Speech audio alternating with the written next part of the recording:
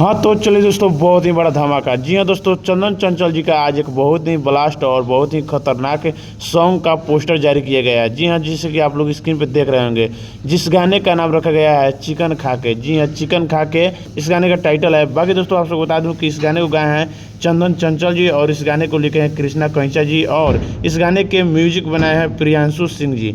बहुत ही शानदार और बहुत ही लाजवाब लगता है प्रियांशु सिंह जी का म्यूजिक, जो कि बहुत बड़े बड़े स्टारों के गाने में यही म्यूजिक बनाते हैं। तो इस गाने में भी प्रियांशु सिंह जी म्यूजिक बनाए हैं, तो गाना भैया पूरा ब्लास्ट होगा ऐसा लग रहा है। क्योंकि इस पोस्टर को भी देखने से ऐसा ही लग रहा है कि हाँ, गाना तो कुछ अलग होगा। क्योंकि इसके पहले चंदन चंचल जी का एक गाना आया था मटन खा के। जी हाँ, जो कि बहुत ही ब्लॉकबस्टर हिट हुआ वो गाना और इंस्टाग्राम पे बहुत ज़्यादा रील बना। तो दोस्तों ये गाना बहुत ही जल्द रिलीज होने वाला है आप सभी के बीच अपना म्यूजिक प्रेजेंट के यूट्यूब चैनल पे। जी हाँ, अपना म्यूजिक के यूट्यूब चैनल पे इस गाने को रिलीज किया जाएगा बहुत ही जल्द।